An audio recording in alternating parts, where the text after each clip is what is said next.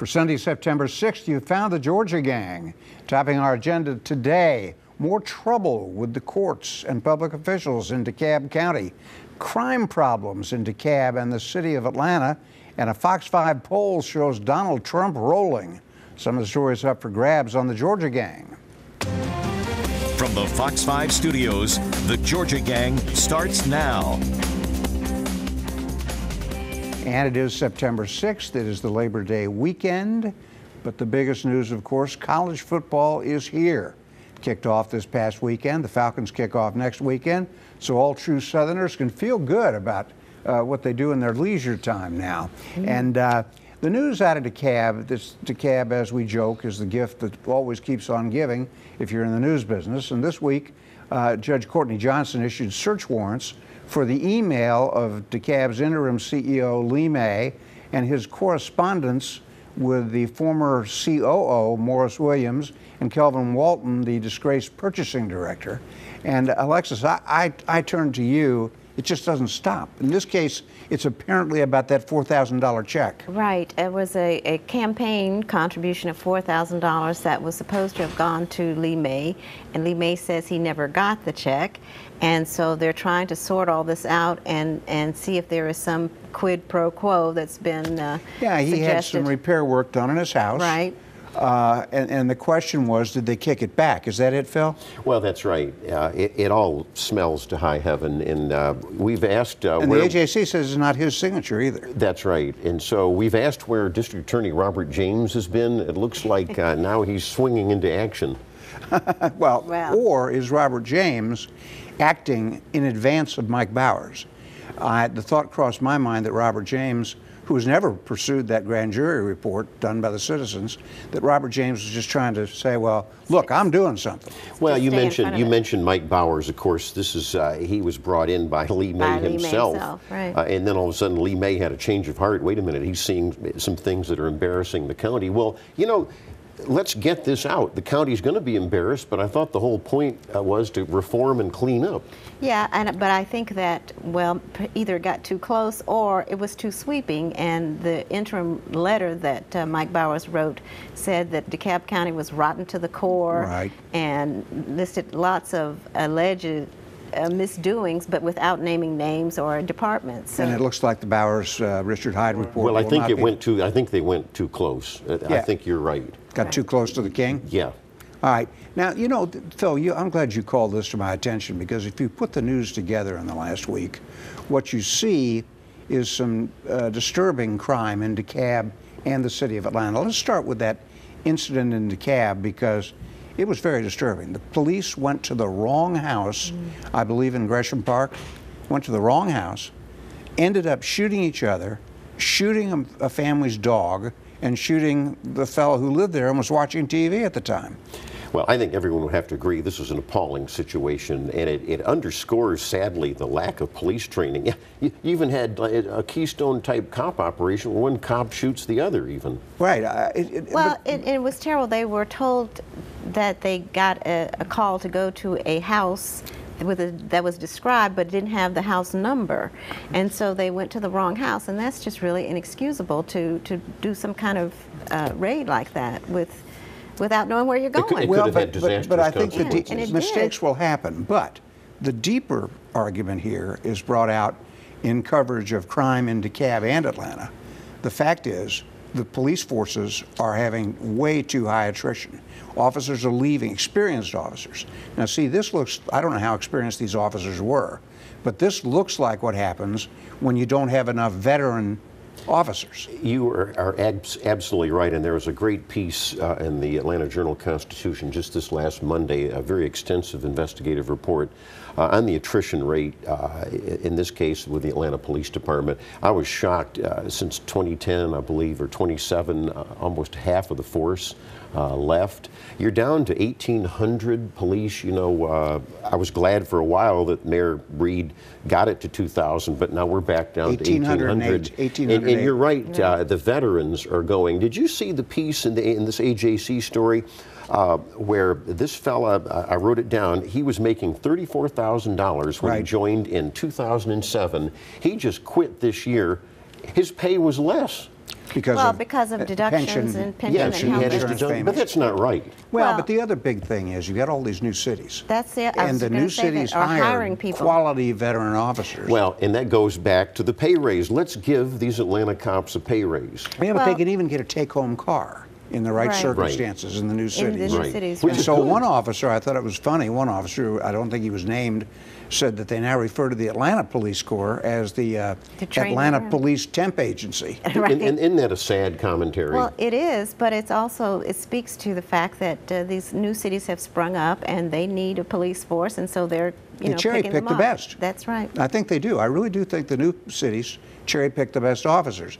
But that comedy in DeKalb, which isn't a comedy, and then just seems to me the lack of manpower in Atlanta, the feud between the police and Mayor Kasim Reed, it is not good. And so one last thing while we stay in this Atlanta in-town thought, I think we have time to do this. There is a plan to take away a travel lane in each direction on Peachtree Road going from the Amtrak station at Deering all the way out to Phipps and maybe beyond. Now, anybody who's ever gone shopping over the holidays knows you can't navigate that stretch of Peachtree anyway. And they're going to take away a travel lane in each direction, Phil, and add bicycle lanes. My Lord. Well, these bicycle lobbyists are like termites. They're almost everywhere in all these major urban areas. And you know, it's a dangerous thing. You're right. We've all been in that area. That Piedmont and Peachtree intersection is one of the most congested in the state, according to studies. And you're just asking for trouble. You're asking for, you've got heavy trucks and you've got automobiles. It's traffic bad. congestion is bad. However, we do want people to be able to coexist with bicycles on the street because it's good exercise want a and new it's a way to lane? get You want a new it's a lane? way to get from point A to point B without standing in the traffic. They can in that coexist parking lot. in suburban areas. Or It seems to me, in that plan, by the way, there is a plan for, we should mention this, for turn lanes, continuous turn lanes. That would be a big help on Peachtree. And some advocates say that that might improve traffic flow, even while you're losing the lane. I have a hard time believing the that. Georgia but- Department of Transportation that is floating this study, they're always worried about infrastructure repair and bridges falling down. That money ought to be going to that rather than catering to this increasingly vocal bike lobby. Well, All right, well, I think it's time for us to get out. When we come back, we're going to talk about the governor getting a head start on a coming session of the General Assembly, and it's all about early childhood education and teachers' pay. Stay with us. Have a question or comment for the Georgia Gang? Visit their website at fox5atlanta.com. To me, because it's only September, the General Assembly seems a long way off, but apparently not so with Governor Deal, because he made some news this week in gentle kinds of ways, starting out with an idea of restoring $50 million to Georgia's pre-K programs to reduce class sizes and pay teachers and assistant teachers more money. I can't imagine anybody's really going to complain about that, Phil. These are No. cuts that were made during the Right. recession. That's right. It was you had complained about it bitterly at the That's time right. back in That's right, 2011. 'cause But he you know cut that much was more then, than and this this. is now. Now He's trying to put it back. He wants the money to come from what they call this unrestricted lottery fund, which is about $350 million in there. Of course, the lottery has had a record year. And we'll see what happens yeah, in the it makes legislature. sense to put it back. And I know that with the cuts, it was just like almost 10 times this, this $50 million that he's putting back. So I think it's high time that he did it. And the other thing that has surfaced in this last week too is that there's a shortage of teachers because the teachers have gotten so discouraged that they're going elsewhere and they're trying to Well, get now them to come back. There's a study commission looking at at education funding in general. And the early reports are a bit vague, but Phil, do you understand the concept of doing away with the teacher pay scales that they're talking about? I do, and it's very complicated, and you probably can't do it in 1 minute on here. And of course, just for the viewers, they've got to review and revise the whole funding formula for all of the school systems in the state. And we've talked about it, it's urban versus rural. Right. And how do you get the equitable formula? And they're also talking about putting more money into school systems where there is a large poverty population, because they know now, and they've known forever, that a lot of the learning and teaching takes place based on socioeconomic circumstances. Well, I also think they're trying to figure out a way to reward math and science teachers at a higher level. That too. Right, because we need to retain them. They're hard to get. I mean, if you get a degree in one of those STEM areas, you can make a lot of money, and a whole lot more money than teaching. And I will say this. I will say this, and Alexis and I go round and round on this, but you take the Atlanta public school system, and what is it, Dick? They're getting $12,000 per pupil. They've thrown money, and as we all know, it hasn't really worked. So money's not always the answer. Well, it may be that it's not enough money. Maybe they need to do 15,000. Good grief, we can't. You break the bank here. We did get some news this week, though, that's worth mentioning, however briefly, and that is that Georgia's test scores have improved on the ACT and the SAT. And the SAT as well. Slight improvement. The ACT was a little more impressive because more kids took it. Normally the scores go down, but they went up a little bit. And the SAT, fewer kids took it. And we're only number 44 now. That's good. We've sat here for 30 years saying... At the bottom, we're saying we're number 49. But you know, I used to write editorials for years in the Augusta Chronicle, and thank God for Mississippi. But I also wrote this, and I think all of you have written this at one time or another too, and that is it's so unfair. You've got Iowa that takes a very selected group for the SAT, and not everybody like Georgia, you know, we let everybody who wants to do it. But all these other states that are higher than us, that's very selective. Now, this next topic, I don't know exactly how to handle this. Is it politics? Is it personal? But it's Alan Peake, the state legislator from Macon, who was on the rise and mentioned as a candidate for lieutenant governor if Casey Cagle runs for governor. Alan Peake last week admitted in a letter to friends and family that he had signed up at that Ashley Madison website, which is a website for adulterers. I don't think it implies that he used the website. He just said he signed up for it. Is that the way you interpret it? Well, that's right. And he said it was the dumbest thing he ever did, and did all these mea culpas, and said he told his wife about it a couple years back. But there's no question that it's damaged his political career, his reputation. I don't know. You know, he opens himself up for a primary challenge. But it really, you don't use your government address. I mean, you know the old line, if you when you're starting to even email, just be aware that other people may be reading this. That's right. And if teenagers can hack the Pentagon, nothing is safe. Atlanta City Hall has got Atlanta city government addresses found on the Ashley Madison hack. There's government address. There's thousands of names in Georgia of people, and there's a lot of dozens of government email. Now, bear in mind, any one of us can set up a phony email account, and I can put the name Dick Williams up there and get you in trouble. Well, so you got to be very careful. And there was a report where a person's identity had been assumed in his email address. So it may, in defense of some of these names on there, it may not be them. Right. You know, I don't want to talk about religious liberty. That'll come when the General Assembly comes to town. I don't want to be bashing Delta again. You know, there's no reason to. You should bash McCoon, maybe. Well, let's turn it around a little bit. I'm really interested in the story of the Villa Rica football team having a group baptism, including of a coach, in a bath before a practice, before a football practice. I want to get mad and say, my gosh, do we have to remove all traces of religion?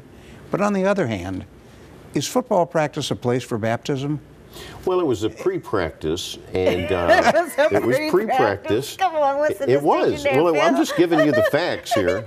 Okay. And I know you're hostile to Christianity, and not. as most of the left. No, she's not. Now, I will say this. I taught Sunday school for 30 well, years. in the Jeremiah Wright Church, I might add. In the First Congregational Church, United Church of Christ of Atlanta. But the point is, this. Can't we cut some people some slack here? The point is, I don't know of any harm that was done. Yes, it was on school property, I'll grant you that.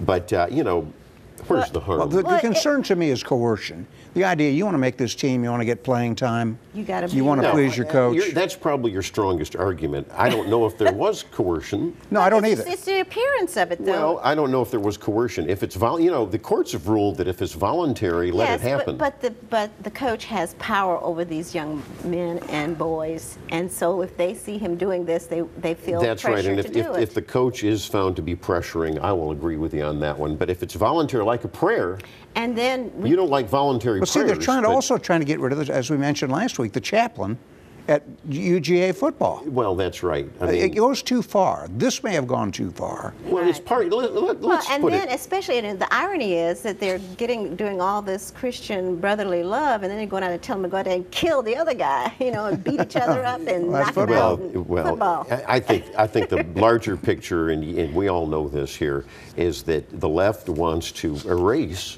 the Judeo-Christian tradition of this country. Yeah, one That nation is under not- God. They ignore No, that. it's Well, all the they're going separation after of that. church and state to protect Do you know the people who motto of want this to country? believe Do you know and- what the motto of this Yeah, but country that's is? In because- God we trust. and You don't all, like that. all else play cash, right? You want in government we trust. You want in government We got to trust. get out. Yeah. But I just got to thinking about, there's a recording from years ago with Andy Griffith, and it's called "What It Was Football."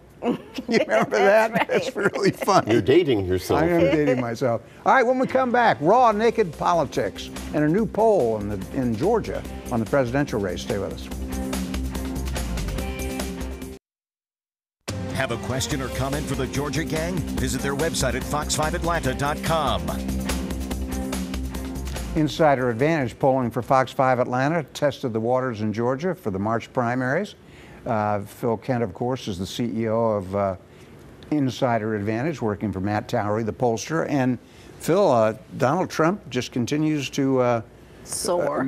soar in Georgia, yeah. Soar is the right word. I'll run down some numbers. Donald Trump, 34% in Georgia. Ben Carson moving upward at 25%. You've got Jeb Bush at 11, Cruz is down at 6, Huckabee 5, and Kasich at 3, and everybody below that. And of course, on the Democrat side, Alexis, you'll be happy to know that Hillary Clinton's at 51%, and Bernie Sanders, the socialist, is at 24%, and Uncle Joe Biden is hanging in there, even though he's not an announced candidate, at 15%. Now, Joe Biden, the Vice President of the United States, a phrase I still have trouble uttering, was in Atlanta Thursday night for a speech on the Iran deal, trying to sell the Iran deal Right. to a Jewish audience here in Atlanta. And he once again said that he wasn't sure if he could control the flow of his emotion, if he has enough emotional control after the death of his son to seek the presidency. My feeling is he's running. How do you feel, Phil? That's interesting, and I'd love to hear what Alexis says. I think Barack Obama and Joe Biden are going to have to sit down. I think Barack Obama privately would want Biden to run. That's his guy. He said a couple weeks ago, best decision he ever made was to make him vice president. And I still don't think that Barack Obama is all that thrilled with Hillary Clinton. I think it's 50-50. That's my answer to you. What do you think? Well, I think that the deal was made that Obama would support Hillary Clinton back at the 2012 election when Bill Clinton supported Obama's re-election. And I think that was the beginning of the deal.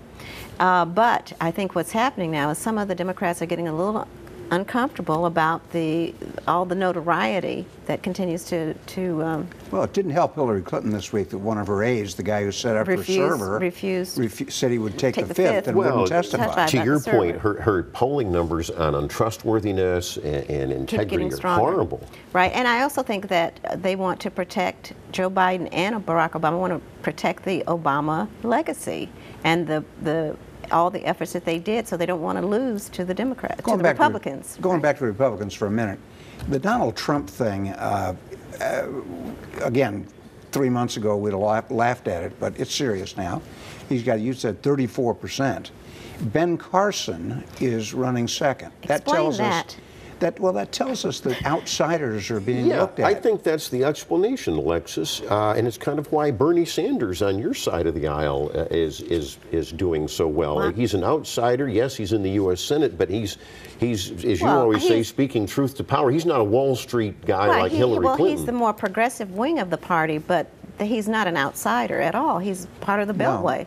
But I don't understand. Well, I do understand. Well, he's not part of the Clinton or Obama wings of the party. Well, that's true. I guess not part of, well, not part of the establishment wing. Yes, there you go. But that is also true with the Republican wing. I think that now that Donald Trump has signed his pledge to support the leader of the party, that the party now will go after him and get him out of the way.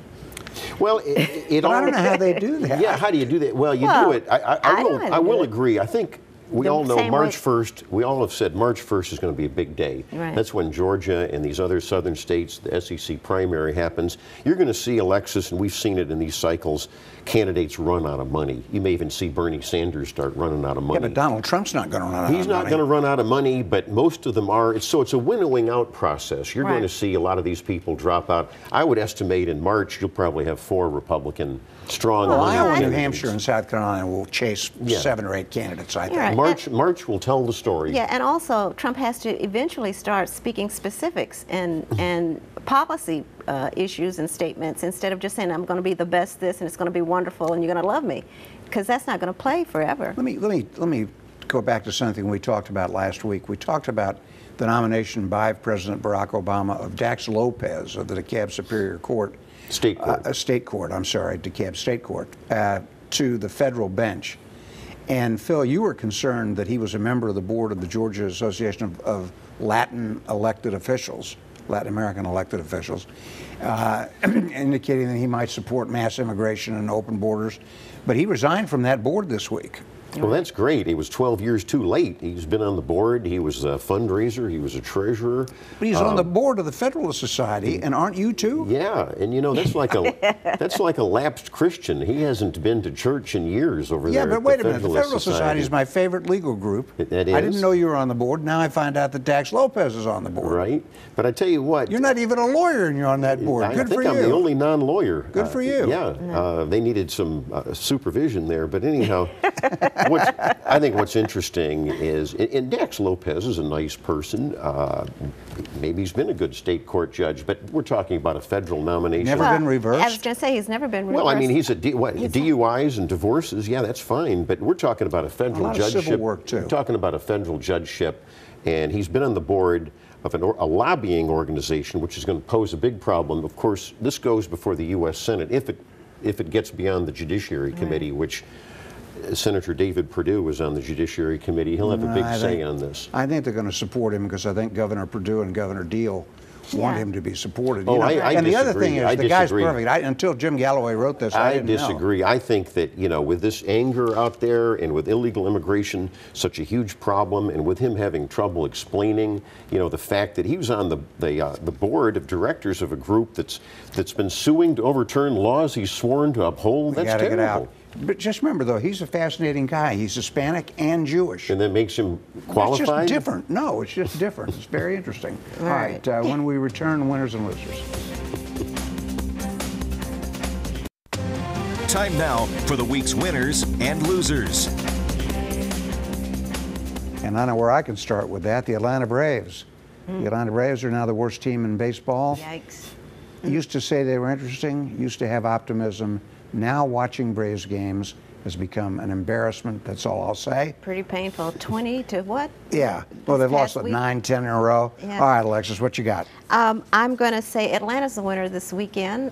We've got all sorts of things. They said 600,000 extra people in town just for this weekend with the Dragon Con big convention, the Decatur Book Festival, and the Gay Black Pride weekend. So there's all kinds of stuff. So Atlanta's big winner. And then the Center for Civil and Human Rights gets a new exhibit in the Martin Luther King Jr. Gallery. And this time it will focus on the Nobel Peace Prize that he won in 1964. So that's another reason to go and bring people to see it. Phil? Well, you're talking about the Braves, and of course there was a winner, I guess, was over in Cobb County where the Galleria Authority approved the stadium bonds. Right. But the big loser was that bridge that Commission Chairman Tim Lee says is going to cost $9 million. He forgot to tell us, though, that over at the Galleria area where the bridge is going to span over the interstate toward the stadium area, they have to reinforce that whole parking lot. What was that, $3.5 million. That's the first time that figure came out. But wisely, unfortunately, the Georgia Department of Transportation said they're not going to do it. And that big loser is that Buckhead extra bike lane that's proposed. All right. I've got a couple here. In the world of radio, radio doesn't get the attention it deserves, I think. Two longtime veterans of Atlanta radio have gone to the beach. Rob Stadler, 28 years as news director at Star 94, and before that, 94Q. 28 years in the same radio job. Doesn't happen much. He was let go this week. And retiring was Steve Goss of WPBA. He goes back to the days of beautiful music on Peach. Two really good professionals. And a winner, Dikembe Mutombo. The Atlanta Hawks are going to retire his number on the occasion of his going into the Naismith Basketball Hall of Fame. I would vote for Dikembe for president, but darn it, he wasn't born here. And finally, John McFall is retiring as creative director of the Atlanta Ballet. He will be missed after all these years. See you next week on the Georgia Gang. The opinions expressed in this broadcast are those of the panelists appearing in this program.